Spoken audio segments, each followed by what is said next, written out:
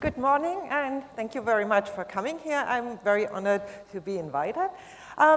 My talk today is basically about parallel functional programming and kind of functional array programming. And I hope that even if you're not into parallel programming at all, you might kind of go away and feel like you want to play around with it a little bit. So I guess since you're here, you kind of all have a very good reason why you like functional programming. And if I would ask around, I think I would get a lot of different answers. What got you into functional programming? Maybe it's because it's elegant and reliable. Maybe because you don't really want to write lengthy programs and love the conciseness of it all. Depending on which functional programming community you are in, you might also like the fact that it's lazy. Also, probably by now a bit less controversial, you might also like the fact that a lot of languages, functional languages, have a very expressive type system, that it facilitates safe programming, and things like that you have functions as first-class objects. But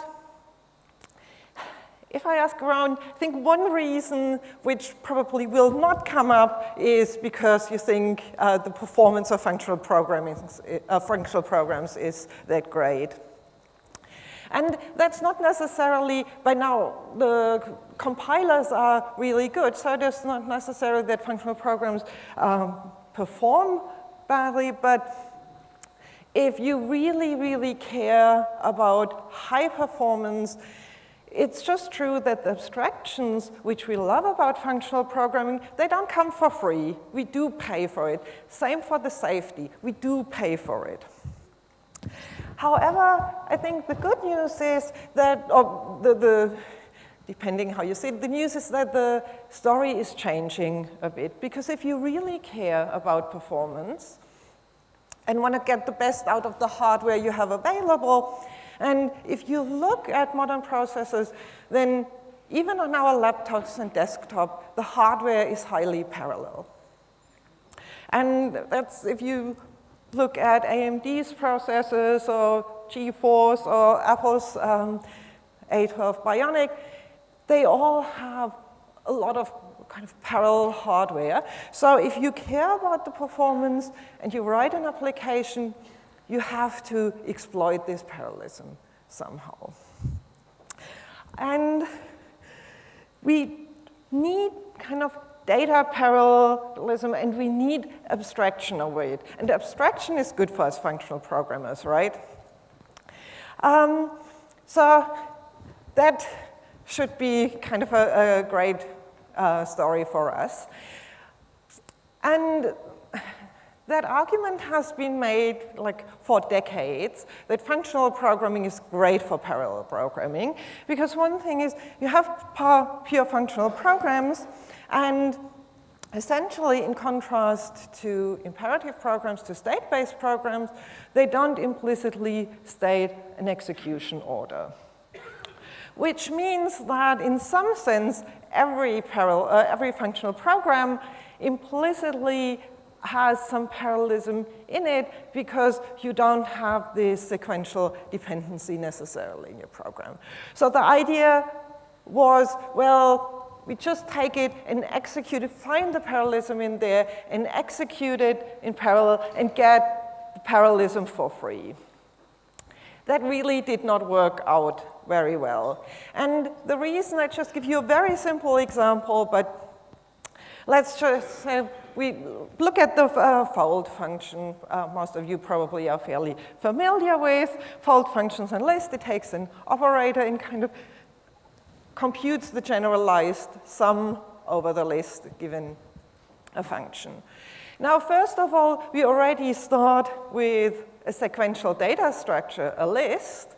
And then if you look at the data dependency of this computation, it's a linear data dependency. So even though there's no kind of state involved, we first have to calculate, basically traverse the list, and then incrementally add the arguments. So if we wanted to do that in parallel, we really need a completely, even for something so simple, we need a completely different approach to it. So here I wrote it in kind of pseudocuts. So we need a data structure, the collection, split it in half, and then fold one half, and fold the other half, and then combine it. So I have a logarithmic algorithm. For that to work, though, f has to be associative. So again, this step from the sequential to the kind of tree-based algorithm is not obvious because it only works if f has some properties which are not necessarily trivial. And then we want to get rid of this inherently sequential list data structure, so we work on arrays. And we might kind of implement it something like this. So we kind of pairwise add neighboring fields. And then in log n parallel steps, we're done.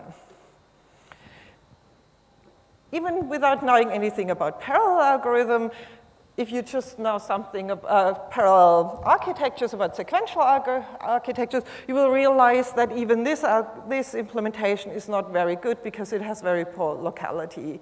So it's fairly easy to write as a loop, but you want to get better locality, you want to add the elements on one side of the array, and then if you know something about GPUs, you also will have a different order in which you add these elements.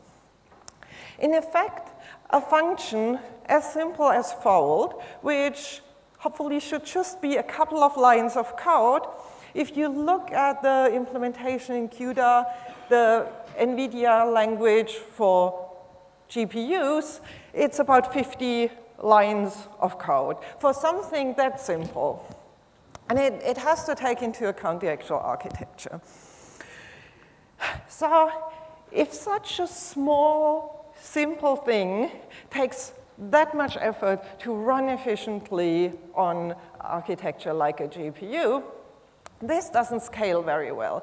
So we really do need specialized data structures, and we need these specialized algorithms, but we also need to be able to abstract over it, otherwise just the software development process does not scale.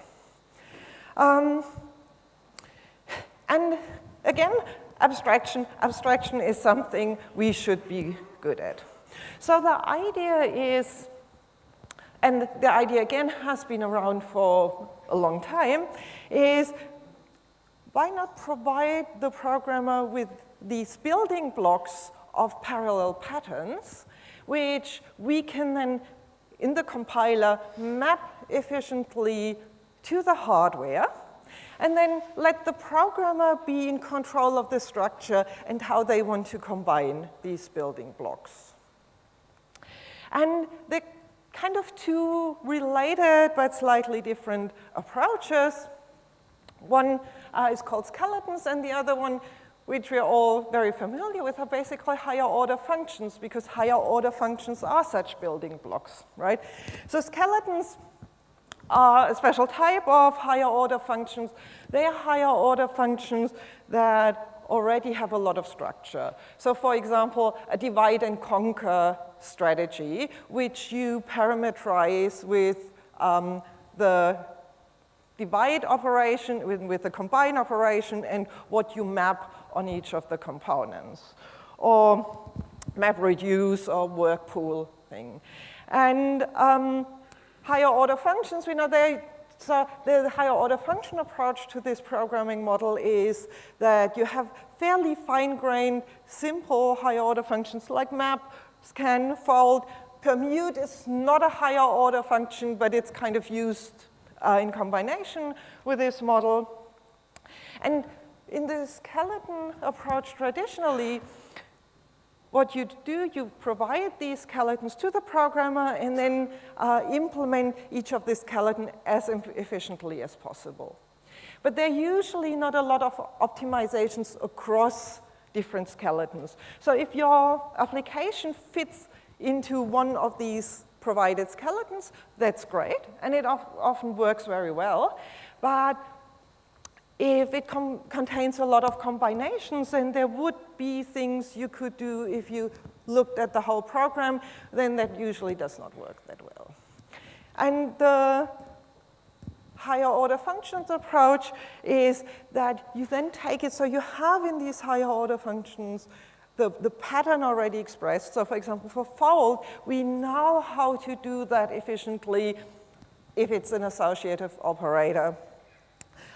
For scan and map and so as well. And then the compiler tries to optimize it across these individual components.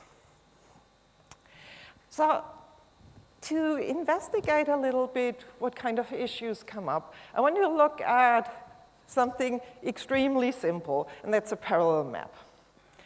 And so basically, the idea is you have a function from A to B, you have a collection of A, and you want to apply this function in parallel to all the items in the collection, and then you get a collection B. So this is kind of so simple, it's called basically embarrassingly or trivially parallel. But even this simple pattern has a lot of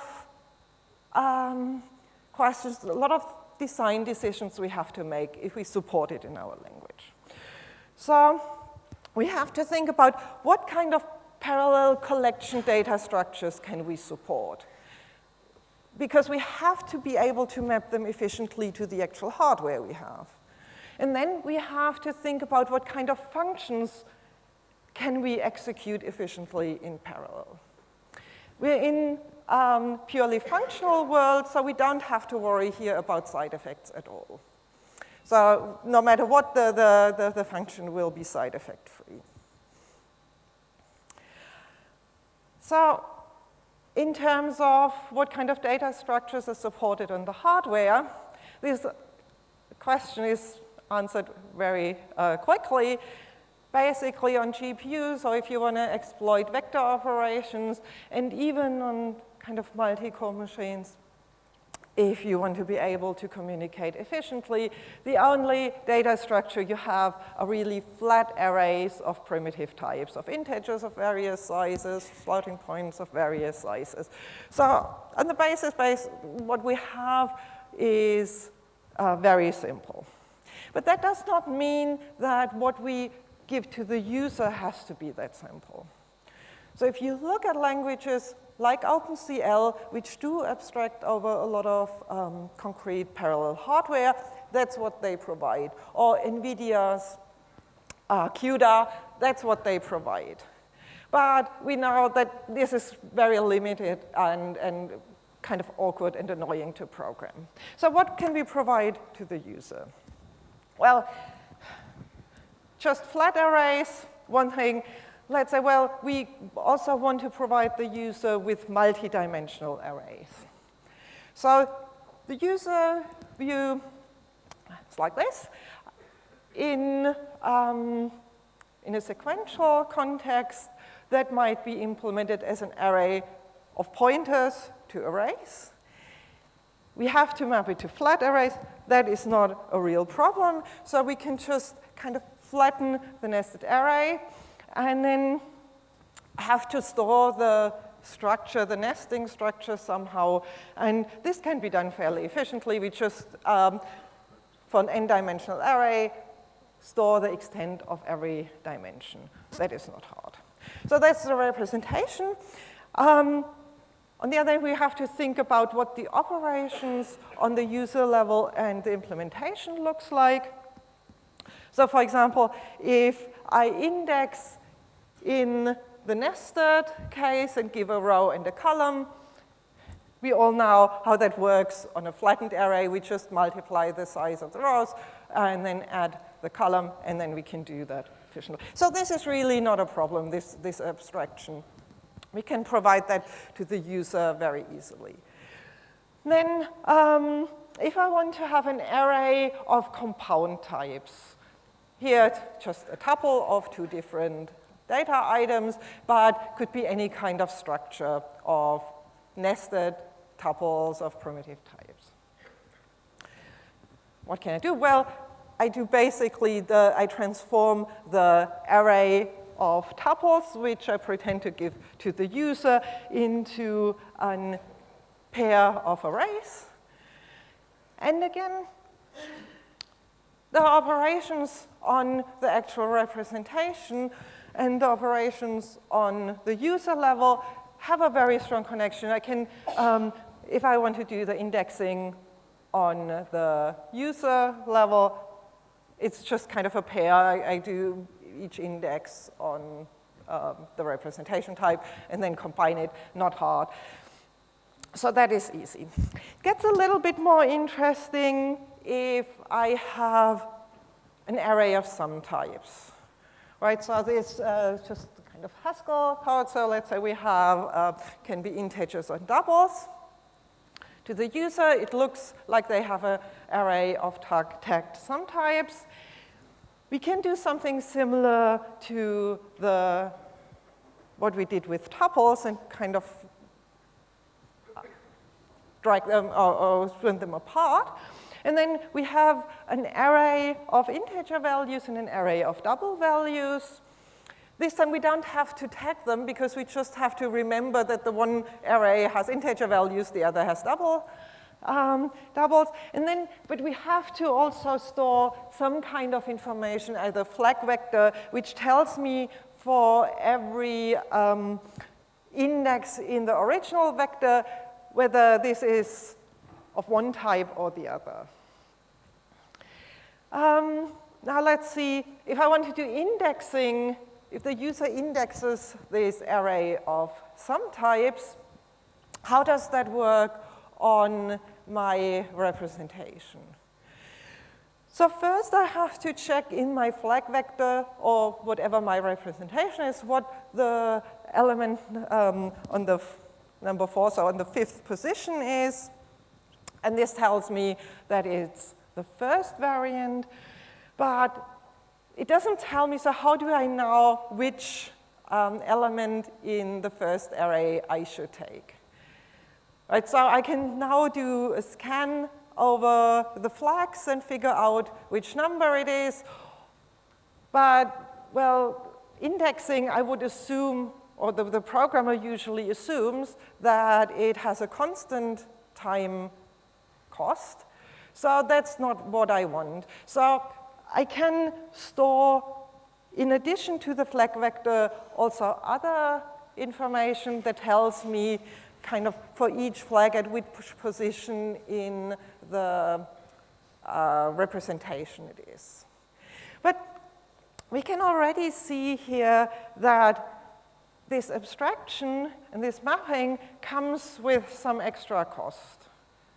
So I have to separate the data, because the data is just flat, from the shape information.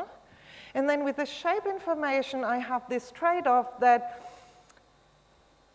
the more complicated the shape information is, the more efficient I can implement the operations on the array, but I pay in terms of memory.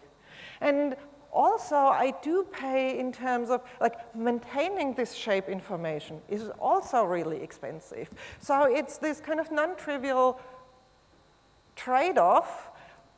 And I wouldn't, to actually get the best representation, I need to know, in some sense, in which context the data structure will be used. Because maybe I will never have an indexing operation, and then I don't really need this scanned representation. It doesn't always just get more expensive. Sometimes some operations actually also get cheaper. So for example, if I map something over my user representation, then in a sum type, I have to do a case distinction. I have to unpack the value, check which label it has, and then either apply the function g here or the function f. In my actual representation, it gets cheaper because I don't care about the relative position of these items, what I only care about is what the content actually is, but because I already stored them separately in separate arrays, the map becomes kind of two maps where I don't have to unpack anything. And unpacking is expensive, so I save on time here. On the other hand, if you keep in mind that we are in a parallel context, well, on the user level, it looks like I have, like, basically this is one parallel step, right, because it's one map. But in reality, it's kind of two separate parallel maps in a data parallel environment because I can't execute two separate operations, F and G, at the same time. But it is definitely efficient, more efficient. Now, the next question is, what about irregular nested arrays? So we had the regular nested arrays, and that was really easy to do. We just had to store the extent of every dimension. Now, if I have on the user level basically a nested parallel array, then again, in terms of concrete representation of the data, I don't really have the choice. I have to flatten the structure because that's the only thing, the only primitive type I really have. And again, I have to store somehow what the shape information looks like. So this kind of separation of data and shape is the common theme we have here. But in contrast to the previous example for the nested case, for the regular nested case, where I know exactly, basically, I need one number per dimension, here I need, in each dimension for each nesting level, I need to store the size of each segment. And in this case, it's not too bad. But if it's a very sparse data structure, the actual shape information can be a lot bigger than the data, right? Because I could have a lot of zero-sized segments in it. So my problem here is not just that the shape information is bigger, but there is no upper bound in how much bigger it is compared to the actual data. Then again, I have a similar problem as I have with arrays of some type. So if I want to index in this structure, then, well, if I know it's, for example, the third, in the third row, the second element, if I would represent this as a pointer structure, so as an array of pointers, I can jump to the pointer, and then I can do the offset. That's easy. Here, I have to figure out basically what comes before that. So again, there are lots of alternative representations. So I can have basically a pre-scan over the segment size, and then I can see for each element where it is. And again, I have this same trade-off that I can either choose a compact representation, although in this case, compact is relative because, as I said, it can still be very big. Or I can have something that is efficient for the operations.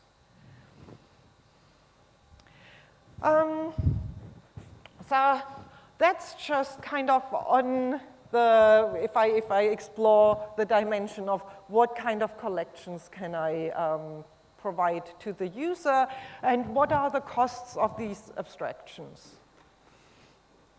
The next question is, what kind of operations can I efficiently map over my collection?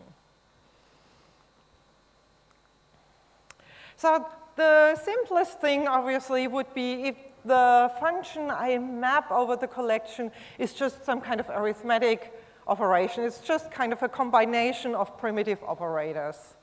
Then There's no problem. I can work efficiently on all the data structures I showed you because what I have is this flat array, or maybe a collection in case of some types of flat arrays, but it will always be straightforward. What about conditionals? Can my function have a conditional in there? So I have a similar problem now as I have when I'm using sum types, because if I'm in a data parallel context, then branching off into then an else case means that I lose parallelism. So I will first have to do one branch and then have to do a second branch, and the number of elements which fulfill the conditional might be very unbalanced. So I lose parallelism here. But realistically, not providing this in such a language would limit the language too much. So I definitely want to have this. The next question is, what about if we have recursive functions? Now, recursive functions, if they terminate, they will always come together with some kind of conditional because, well, I need to check whether, how long I will iterate over it.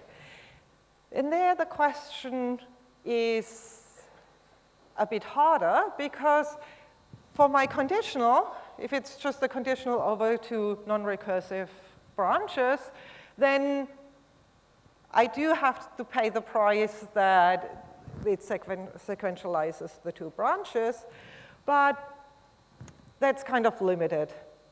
The cost for that is limited. With a recursion, it kind of means if I recurse over an array, then the recursion depth for each element might be very, very different. So what should I do? Should I execute each of the threads in parallel, or should I do some kind of data redistribution, loud assigning dynamically?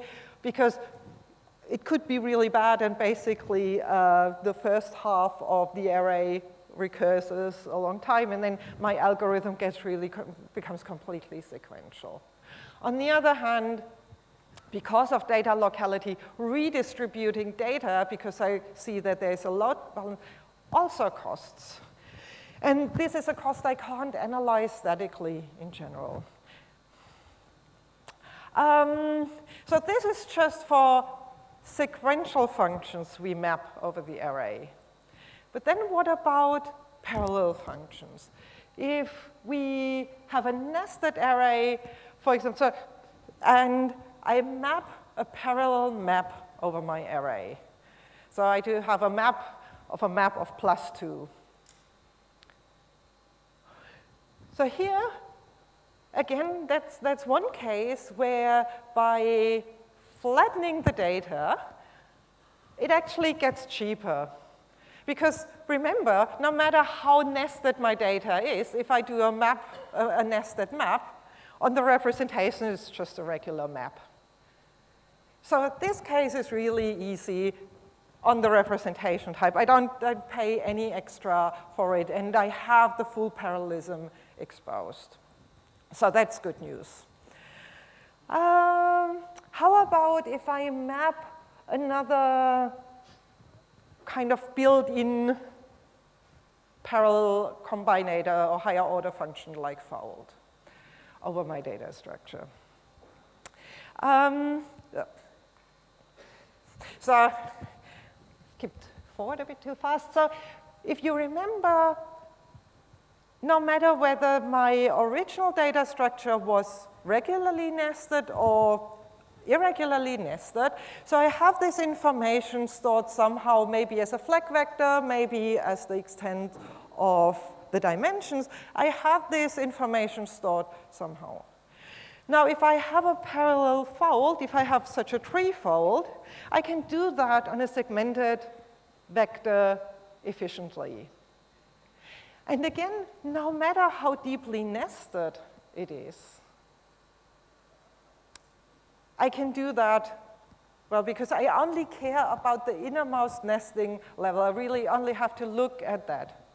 So if it's a map of one of those predefined operations, then I'm on the safe side. And I'm on the safe side for the regularly nested and for the irregularly nested. But what about something like this? So I map a function over my array, and inside here I generate an array whose size depends on the actual data I map it over.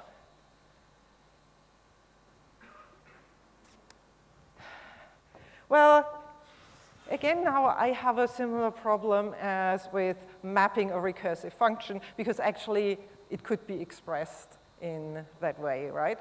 So the inner, I generate either implicitly or explicitly.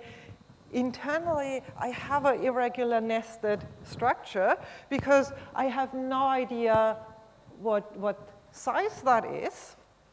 Now, I can actually create that structure and then use my segmented fold, this parallel fold that works over it, to do that efficiently. But this temporary structure might be huge. So I can execute something like this with perfect load balance by first expanding the array to have all the data there, and then do the segmented fold. But it could be huge. Or I can implement this as a kind of recursive function, but then I have the problem with the load balancing. So again, I have this trade-off again, and it's a trade-off where I don't know statically on which side I will win. So that's the big question. So if you kind of take this and you can really pin it down to this very simple, trivial parallel function map and look at what kind of restrictions we have, both on the data structure and on the functions, you determine kind of how powerful your programming model is. If we put no restrictions on the nesting, on the regularity of the nesting, and we put no restriction on what the function can do, whether it can be recursive, parallel itself, then we get a really powerful programming model called nested data parallelism. And in the nested data parallelism, the nested irregular data parallelism is implicit. People often don't, mention that explicitly, but the regular case is always a lot easier. And just to kind of show you how easy it is in this model to express something, I'll just show you a parallel quicksort algorithm, which actually looks a lot like the sequential one. And if you know anything about parallel programming, you say, well, you don't want to do sorting with quicksort. That is true, but this is not to propose kind of a great parallel sorting algorithm, but a lot of irregular parallel problems have actually the same structure, so it is very interesting. So this is just kind of looks like a regular, more or less regular quicksort. So if it's empty, we just return the empty sequence. If not, and here I use the list notation, but it could be like on the array, just get the first element of the array. If it's not empty, then we take the first one, calculate all the smaller items by applying filter to it, or the greater items. Then we put those two lists in a list, and that's where it doesn't look like the usual sequential quicksort. But then we use a parallel map to map quicksort, and if you have no restrictions, we can do that, over these two subsegments, smaller and greater. And here, all the red functions are the parallel functions, so I can do the filtering in parallel, and I can do the parallel application of the parallel quicksort in parallel. So what it kind of looks like, if this is my original sequence, the two filters are done sequentially. So first I filter all the smaller, then I filter all the greater ones, and then I put those segments back into an array, and then I apply the parallel quicksort in parallel to it. So in the second iteration, in the first step, on all the subsegments, filter out all the smallers, and then on the second, all the greater ones. Then in the next iteration, I have 4 segments, and smaller, greater, and so on. So you get the idea. So I have log n, on average, parallel steps, because all the quicksorts are done in parallel. And if you look at that, and this really shows quite nicely why for these type of problems we need nested data parallelism to exploit the full parallelism. If I would only do the filters in parallel, then the first step would be really good because I have one big filter. But the deeper I get into the iterations, the less of the parallelism comes from the filter, because at some point my segments become very small. And if I do the quicksorts in parallel, then in the beginning it's basically sequential, and only later on it becomes parallel. So to get basically a log n parallel kind of critical path length, I need to exploit both. And in something like quicksort, I don't know, in these irregular things, I don't know at which point one of the two types of parallelism becomes dominant. And as I said, like a lot of simulations and things have this kind of structure. So the optimal algorithm would have this structure. So for example, you have an embodied simulation, and you can do the naive implementation where you calculate the interaction between each pair of body, or you group them with something like a 3-dimensional kind of quicksort, and then calculate the centroids over that. So you see this pattern all the time. So it's a really, really nice programming model and a very powerful programming model. But the question is, how can we implement that efficiently? And there are kind of two options. One is we just map the nested data parallelism to a controlled parallel model and kind of spawn a new thread or a new task for all the quicksorts. That has the one big disadvantage that it doesn't work on GPUs and vector processors. So on the kind of cheapest hardware we have for parallel programming, it doesn't work. Secondly, it's also not that easy because you could see in this tree that at some point you would spawn a lot of tasks and they become very, very small. So that has been done like in the early 90s, for example. There was a nested data parallel version of Modular 2 star, and they did that. So this idea has been around like for a long time. The second option,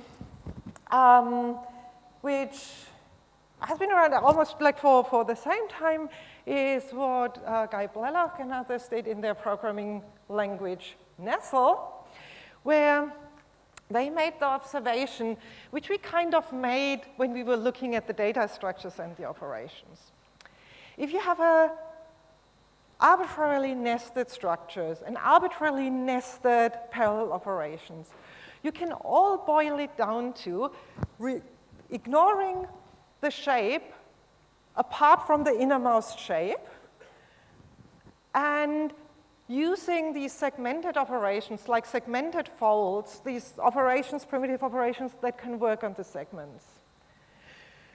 So they came up with a transformation of this nested data parallelism to flat data parallelism with segments by literally you take every user-defined functions you apply in the parallel context and kind of turn it inside out and replace every plus there with a map plus and every fold with a segmented fold and lift everything to the parallel and then have this separate representation of shape and data which we need anyway.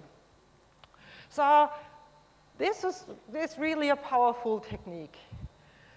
Of course, as I said, like the idea has been around since the late 80s, early 90s, and unfortunately we can't see a lot of these nested data parallel programming languages which perform really well around.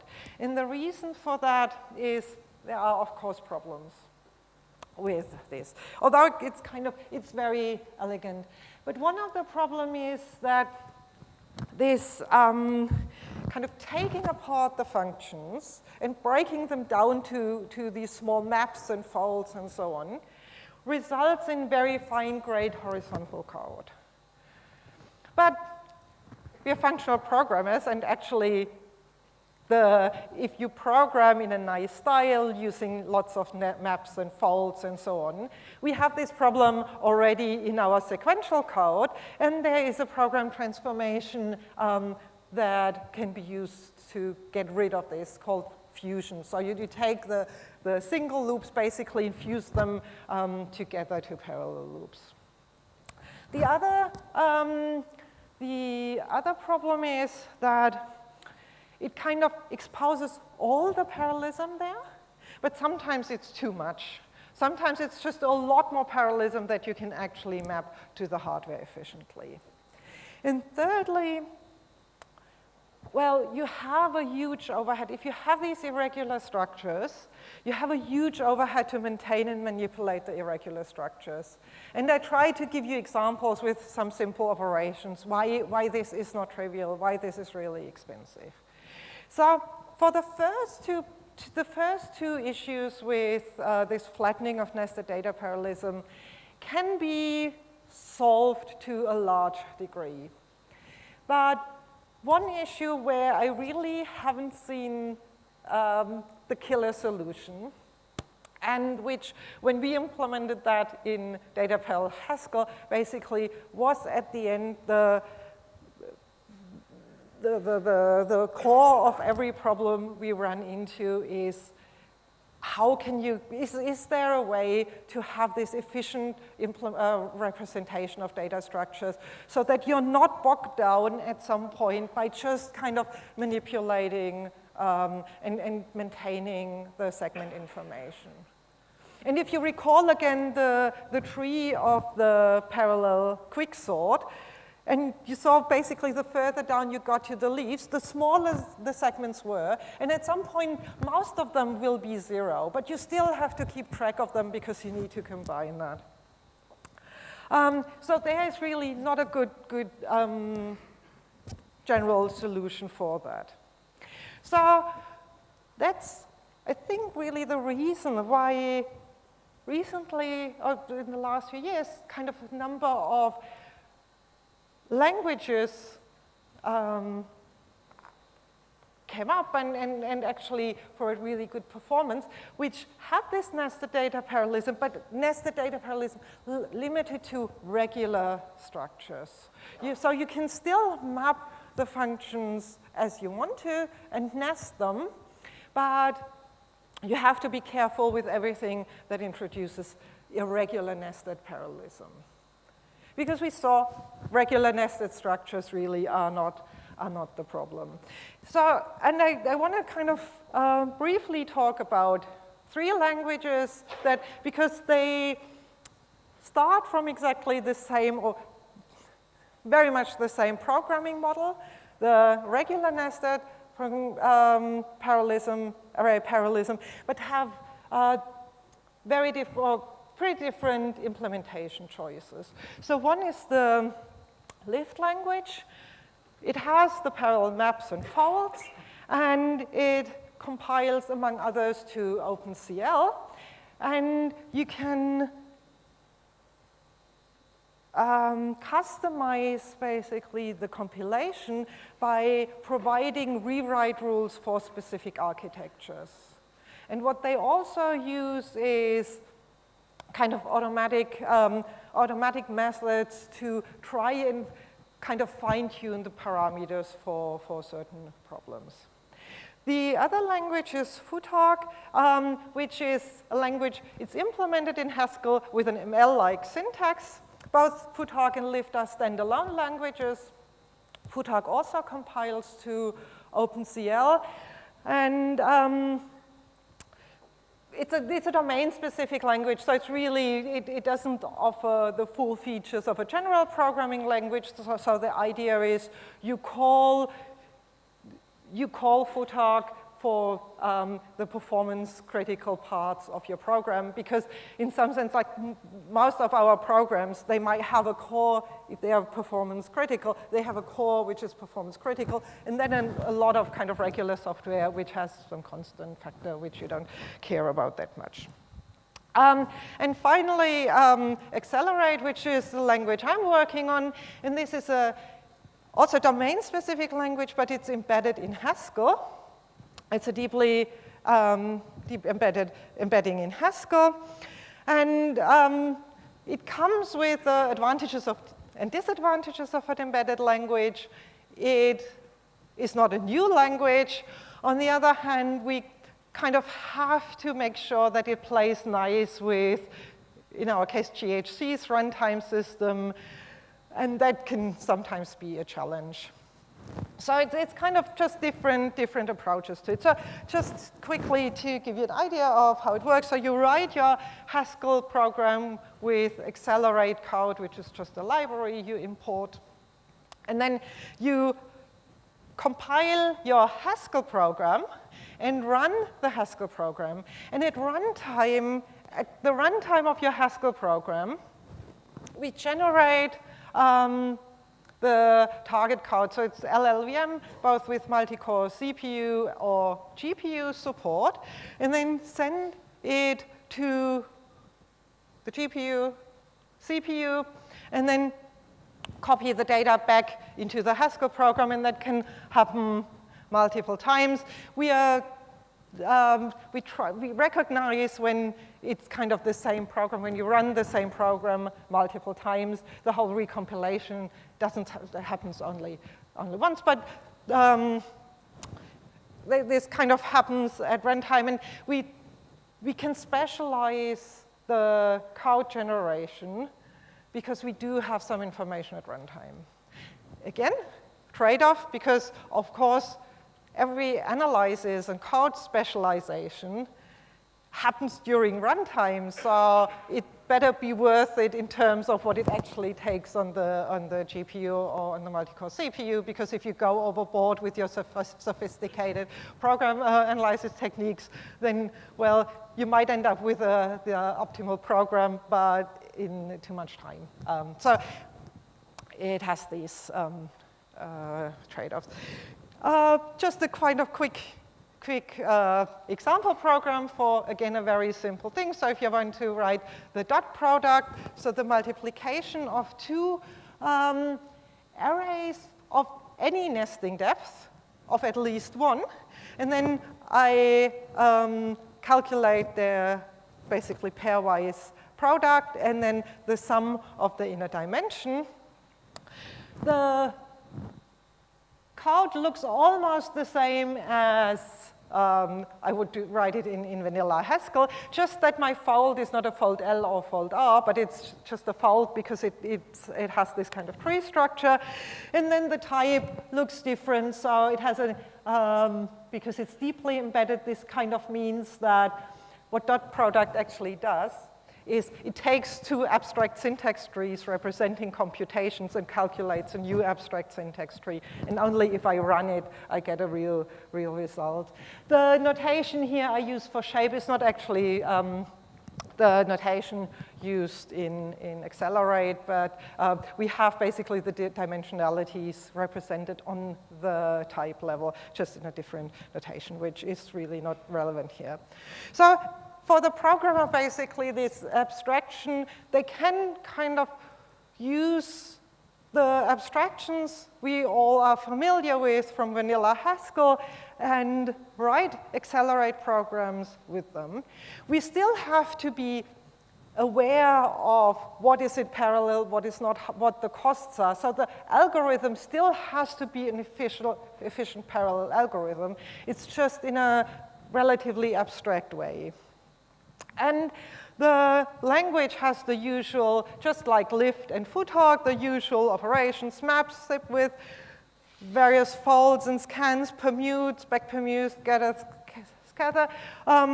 One function called generate, which is just really a parallel loop. It's index-based. You pass it a function that, given an index, computes an array element in the shape of the array. So with generate, you can express map. You can express a lot of the other operations.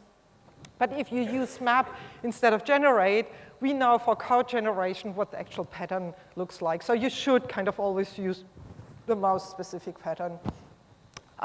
We also have some support for stencil or convolution matrix computation. So we map a function to each element of an array, but for a lot of simulations, you kind of need to map a function over an area of an array and combine that to a new value. So that's what Stencil does. So just to show you a simple example, if we want to map a function that calculates the sum of the neighboring, horizontally and vertically neighboring elements here, we define this function where we can use kind of pattern matching on the stencil. So we just say it's the sum, and then call this stencil function here to apply it to matrix in parallel. And if I had to do this in OpenCL, where I have only the flat arrays, I have to do a lot of row and column calculations. Here, I just give it a strategy how to treat the borders of the matrix. There, it's a lot of conditional statements. So again, it's this nice kind of abstraction, which helps the programmer and helps me as a compiler writer, because if I know the size of a stencil, I know exactly what the locality of the function will look like. So I get this pattern that the programmer communicates the pattern to me directly. I don't have to analyze a loop and figure out what the dependency in the loop are. And this is one thing. So we have one of the projects we're working on is together with Johan van der Koppel of the Royal Dutch Oceanic Research Institute, and they have this problem. So they simulate a lot of things like how mussel banks or salt marshes develop, because they want to do that basically because to figure out how polders and things can be kind of renaturalized in a way that it actually protects from rising sea levels. These simulations are very computing intensive, and his PhD students, they're interested in the ecology and how to simulate it. They're not that interested in writing OpenCL code, but they have to do that because they can't use off-the-shelf simulators.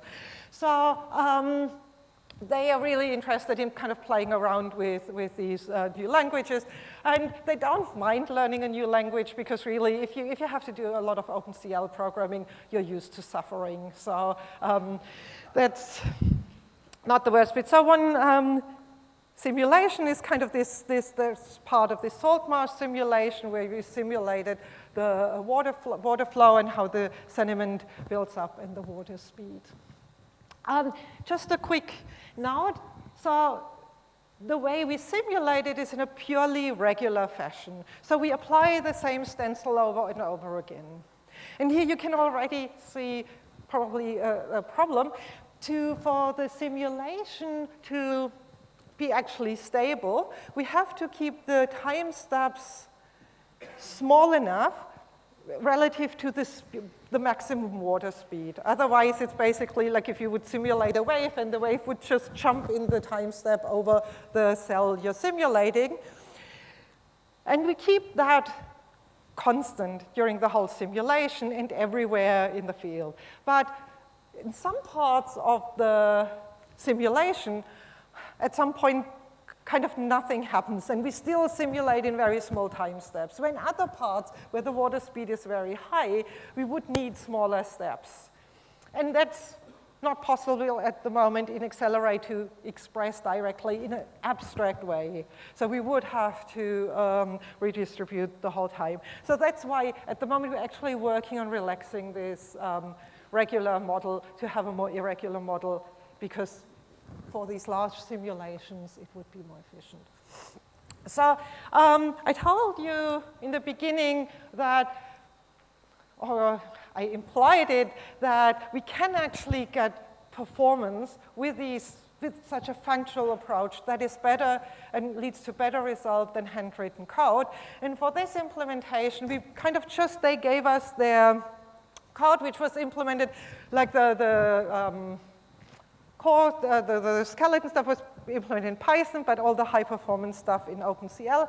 And it was actually fairly optimized. So it was really good OpenCL code. We looked at it, and there was nothing obviously wrong with the OpenCL code.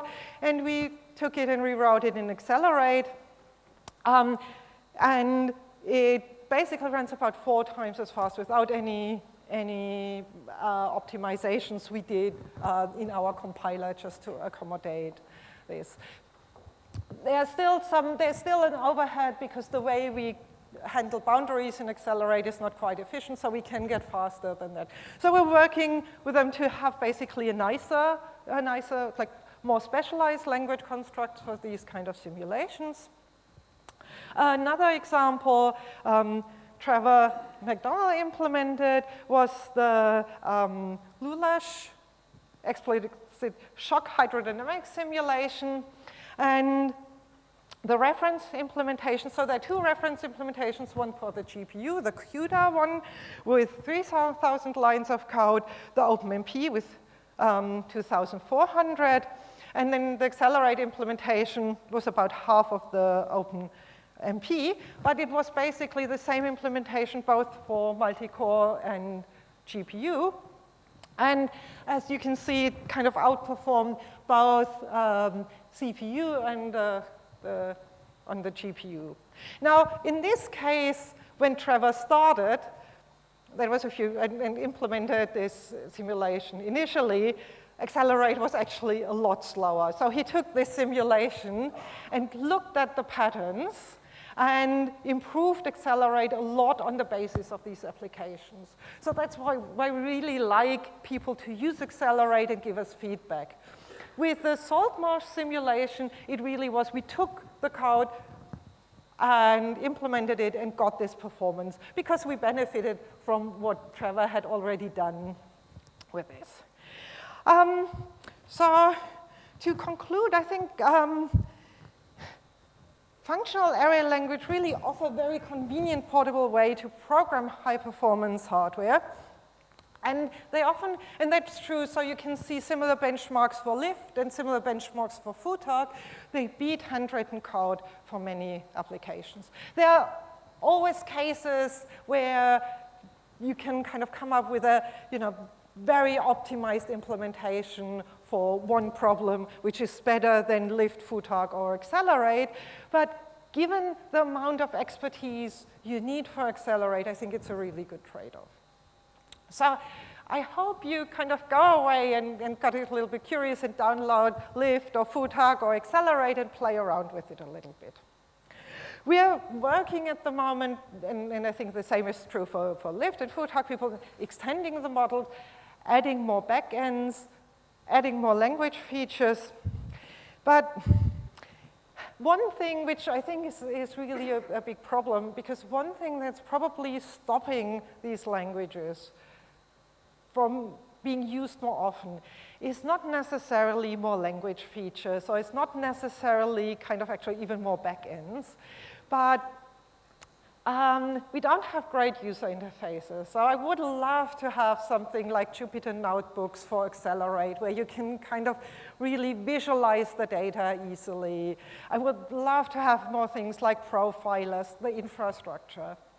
And this is a bit of a problem of projects which happen in an academic context, because in some sense, all these really important components, they are really important to get an impact, the backends, the profilers, and all of that. But in terms of academic currency, they are basically almost worthless, because you can't publish a paper and say, well, my great language is actually now easy to use, or has 5 other backends. And they say, yeah, we knew that it was possible.